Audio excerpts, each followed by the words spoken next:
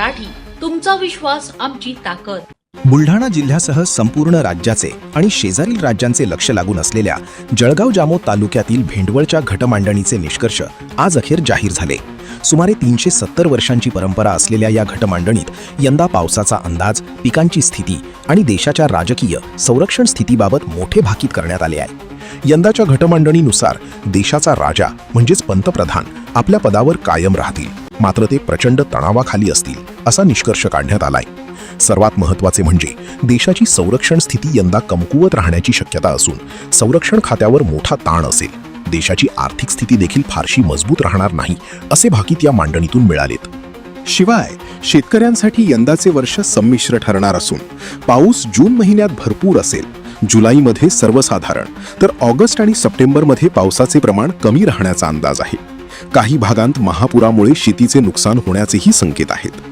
पिकांच्या बाबतीत बोलायचे झाले तर कापूस, तांदूळ, तीळ आणि बाजरीचे उत्पन्न भरपूर येईल, मात्र सर्वच पिकांवर रोगराईचे प्रमाण जास्त राहण्याची शक्यता असल्याने शेतकऱ्यांसमोर मोठे आव्हान असेल. ज्वारी, तूर, मूग आणि उडीद यांसारखी पिके सर्वसाधारण राहतील. पिकाची जी परिस्थिती आहे ती साधारण आहे आणि राजकीय परिस्थिती राजा कायम आहे, पण राज्यावर ताण राहील. बाहेरच्या देशात जगदात म्हणजे जे युद्धाचे हे चालू आहेत त्यामुळे थोडासा राजा तणावात राहीलच. आणि आर्थिक परिस्थिती आहे ती देशाची एकूण आर्थिक परिस्थिती ढासळलेली असेल. पाऊस पहिला महिना जो आहे तो कमी दाखवते, दुसरा महिना साधारण आहे, तिसऱ्या महिन्यात काही ठिकाणी अतिवृष्टी सुद्धा होऊ शकते आणि चौथ्या महिन्यात सुद्धा अतिवृष्टी होऊ शकते. अवकाळी पाऊस सुद्धा भरपूर आहे. जगावर युद्धाचं सावट पडतं. जे युद्धाचं सावट आहे त्यामुळेच आपल्या देशावर सुद्धा ताण राहील, आपल्या शिपायावर सुद्धा ताण राहील, आपल्या मिलिटरीवर तणाव राहीलच. देशाच्या राजाबद्दल काय, त्याची मानसिक स्थिती कशी असेल? मानसिक स्थिती, देशाचा राजा कायम आहे पण तणावात राहील.